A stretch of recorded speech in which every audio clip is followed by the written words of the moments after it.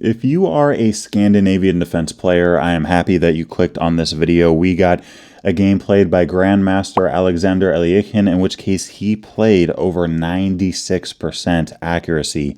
And anytime you're talking over 90%, 95% accuracy, you know that you're going to have an instructional game with a lot of good moves to really think about. And as we know, against the move of e4, the Scandinavian defense is immediately striking with d5. The French and the Caro-Kann look to prep d5. The Scandi player just does this immediately and immediately puts pressure on that e4 pawn. Now, when white takes, most players tend to capture back with the queen. And this is fine, but my favorite move here for black is this idea of knight to f6. This is the modern variation, or the modern Scandinavian defense. And by doing this, we're putting pressure on d5 with our knight. And there are a lot of ways that white can go wrong here. One of them is by playing this move of c4. And then once we play e6, well, in this case, c6 is what we have. e6 also works with the Icelandic-Palme Gambit. You got multiple options there. But yeah, I mean, if white takes back, we capture back with the knight. As you can see, we have a great grip on the square of d4. And this is an outpost. This is a hole. There is no white pawn that can ever attack that square unless we have some kind of capture. And okay, if something like d3, we expand in the center, we're down a pawn, but we have great development. Two knights have already been activated. With white, on the other hand, I mean, all of their pieces are still on their starting squares. So, this is just a really good game for us overall. Now, in the game here, we have the move of bishop to b5 with check, in which case bishop d7 is played. There are multiple options that one can think about here, but the move of bishop to d7 is hard to argue with. You're going, you know what? Fine, bishop for bishop. Let's see what white does with this. And in the game, white ends up capturing on d7 and then playing c4. I'm just not the biggest fan of this move, generally speaking. I mean, c4 there, it defends the pawn on d5, but when we put pressure on it, for example here, the move of c6, which was played by Alekhine, white shouldn't take, which is what they did. I mean, at this point, white really should just develop, right? Develop the knight, let black capture back. Here maybe think about something like knight to e5, expand in the center. Even material, it's not like white's winning by any means, but at least there's no major weaknesses right in the center of the board that black can look to take advantage of. So this is really something to consider when you're looking at these types of lines. Here white takes, and here we go. White does not have any pawn that can guard the square of d4. And in these types of positions, if you do play the modern Scandi, or if you're thinking about it, you can steamroll white all the time coming out of these types of lines. And, I do have plenty of free material here on YouTube concerning the modern Scandi, but if you really want to take a closer look, a deep dive into how to play this at a high level, I am giving out a 30% off discount code for all of my online courses, including my modern Scandinavian Defense course, only good until the end of this month. So make sure to head on over there. What you got to do to get 30% off, you can go down to the description.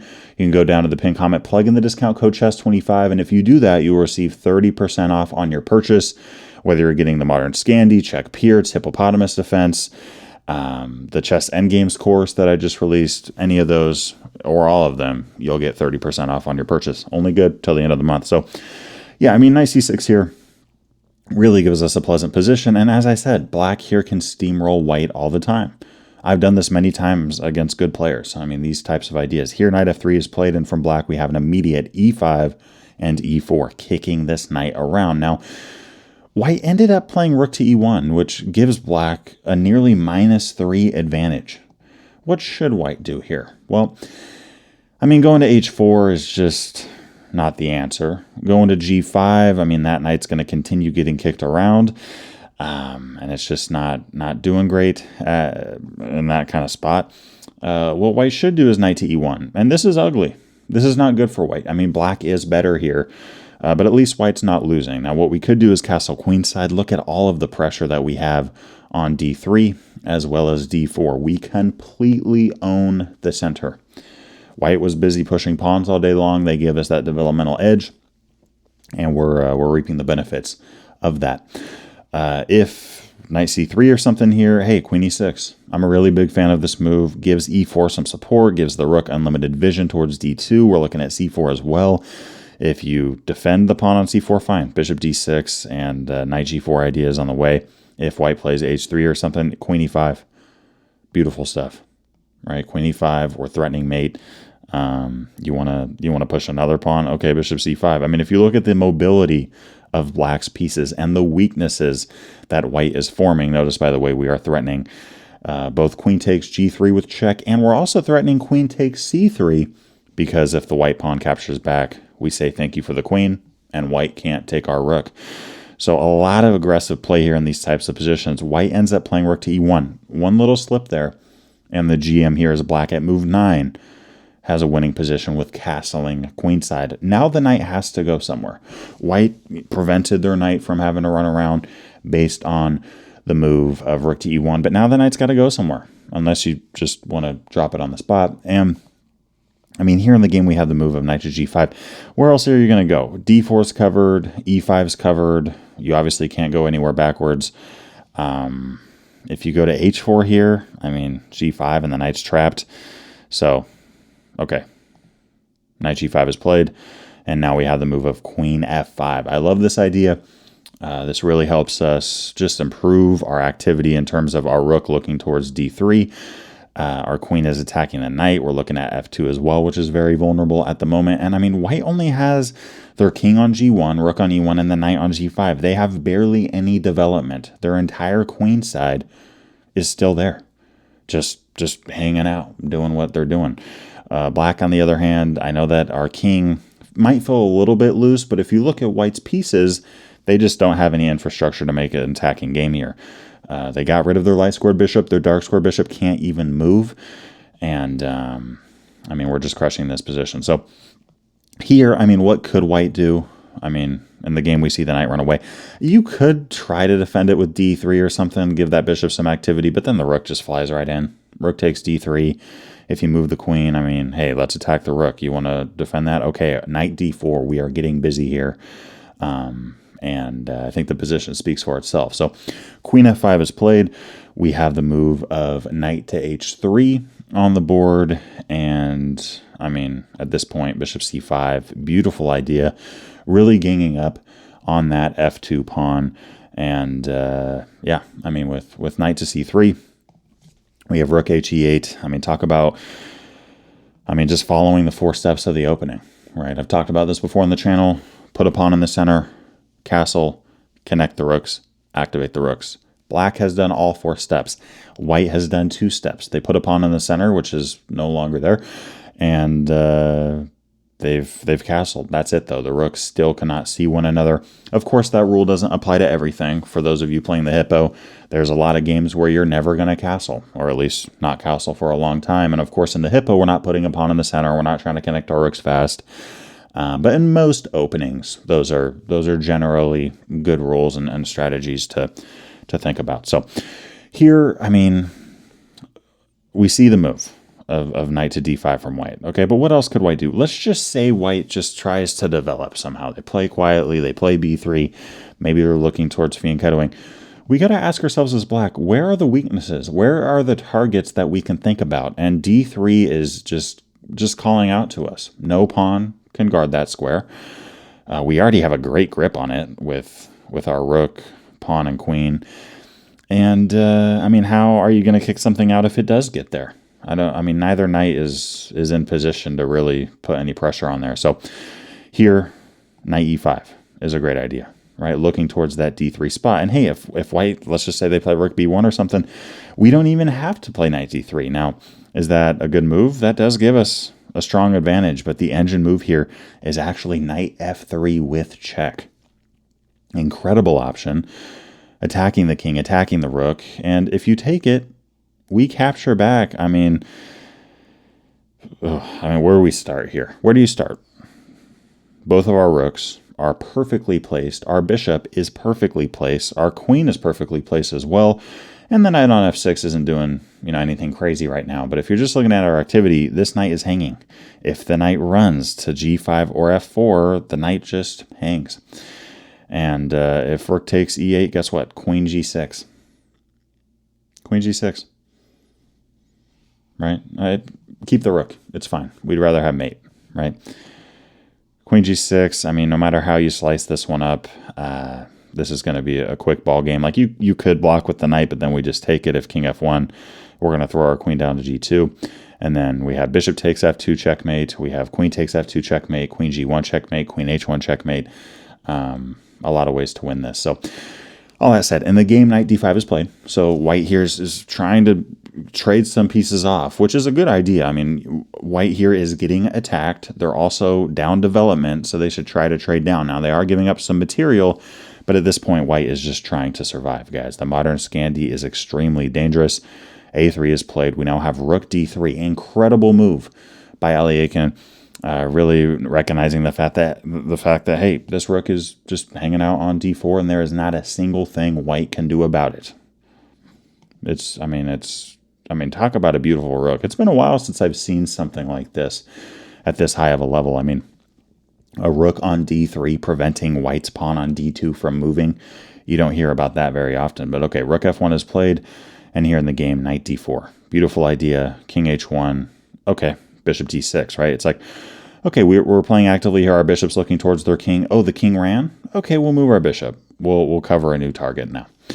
And with the move of knight g1, the engine move here was not played. The engine move is bishop takes h2. And, I mean, that's just breaking open the king side. And, hey, if white wants to take rook e6, I mean, that king is not feeling comfortable. We have 4 incredible attacking pieces. But in the game here, we instead have rook e6, which is also winning. So one move's winning, another move's winning. Both are great. Knight e2 is played. And, okay. This is a very pretty move that could have been played. Knight f3 is also beautiful, and that's what we saw in the game. The engine move here, if you'd like to, you can pause the video and try to figure out what you would do here if you were black. What is the engine move? We have a mate and 9 here for black, right? Perfect play from white. White just can't survive past 9 moves. The move here, assuming you pause the video if you wanted to do so, is rook h3. Beautiful, right? Beautiful move. Rook h3, looking towards that pawn on h2. And, I mean, what's white going to do about this? I mean, if white decides to take the rook, which, by the way, I mean, we're looking at h2 with our rook and our bishop, which is not great for white at all. If you decide to take the rook, oh, wait, f3 just got weakened. We can throw in a check and then take on e2. Not so much because, oh, we want to get the queen to take back and take the queen. No. Keep the queen. That's fine. Rook g6, checkmate. This game's over. White doesn't have a piece that can block. And if the knight goes to g3 right now, let's double up on that pawn. Let's double up. You wanna take our queen? We have a very straightforward 1 and 2. This game is over. And if you take our rook off the board, I mean, come on. Queen takes h3. I don't know how you're going to stop that. I mean, you could throw in a check here on g4 if you're stockfish, but fine. We take the queen off, and as you can see here, white's just not going to survive very long. So, I mean, this is a beautiful position that was reached. Rook h3 is the engine move there. We instead see knight f3, which is still completely winning. And if white takes this knight, which, I mean, talk about an active knight, octopus knight, putting so much pressure on the king side. If you decide to take that knight, we take with check. And if king g1, we take with check, and then we have a 1 and 2. We're good. So here in the game, we see the move of knight g3 instead, and now a beautiful move, rook h6. I mean, gosh, rook h6, going, you know what? Yeah, take the queen. We don't care. Rook takes h2, checkmate. This game is over. And if h3 was played, I mean, at that point, there's a couple of ways of going about this. I mean, the fast way is going 1 and 2. This game's over. If you really want to be a troll, I know some of y'all are trolls out there, and you like to troll your opponent with your play. Queen takes h3 also works. Take with the queen, take with the rook. It takes 1 extra move, but I mean, talk about a pretty checkmate. And returning to rook h6 in the game, white plays queen takes f3. They're just trying to survive at this point, but we have Alekhine taking on f3. White takes back on f5. If you don't take the queen, what are you doing? I mean, your opponent has a queen, and your opponent is Alexander Alekhine. And, okay, once you do take the queen, rook takes h2. We have rook takes g2 here. King h1 was played, and now rook d5, and white resigns the game. Okay, now what could white do here? I mean, notice, by the way, if the rook ever goes to g1, rook h2, this game is over. And ultimately what we have here is a mating net. For those of you that aren't sure what a mating net is, it's basically a surrounded area, in which case you have control, that surrounds the enemy king. So this king right now on h1 is in a mating net. This king cannot move, right? It can't move anywhere. f3 defends the rook, and we're looking to form a mating net here. That king is stuck in the net. It just can't get out. I mean, if knight takes d6, we could take with the rook. We're still winning there. Of course, here at this point, we want to, you know, reroute in terms of trying to get to this file, because if we do so immediately, well, now we're losing. So that didn't work. So what can we do here? I mean, just ignore the knight. We're threatening mate. White can't get out of the mating net with their king. Rook g1 doesn't help here. Rook h5 still wins. And if knight f5, okay, fine. White survived an extra move, but we're still going to win this game very quickly. And if knight g3, we don't have rook h5 checkmate, but we do have bishop takes g3, removing the defender. And I mean, I don't care what white does here. That you could pre-move rook h5. You will win the moment you pre-move that. That's it. That's a ball game. So returning to the starting position, right? Beautiful game, going through just the moves. We have e4, d5, black here going into the modern Scandinavian defense. Highly underrated, performs very well when you're looking at the stats. And it's sound. Stockfish likes the move of knight f6. So a lot of players out there, they see a you know, some type of opening that you know, performs well, and they're thinking, but the engine doesn't like it. Guys, the engine loves knight f6. So I mean, it's really beneficial both in terms of the evaluation and the practical side of things. White here throws in a check. We have a block. The queen takes back. And c4 here, I mean, white, they're up a pawn, but positionally speaking, their position is busted. And e5 here, e4 striking in the center. We have castling queenside, queen f5. I mean, black is cooking here with all of this activity. And rook d3. This is my favorite move of the game. I mean, that's just a beautiful rook. Knight d4 now, centralizing. Oh, the king steps out of the way. Okay, our bishop will relocate. We have a rook lift now, knight f3, rook h6, beautiful move.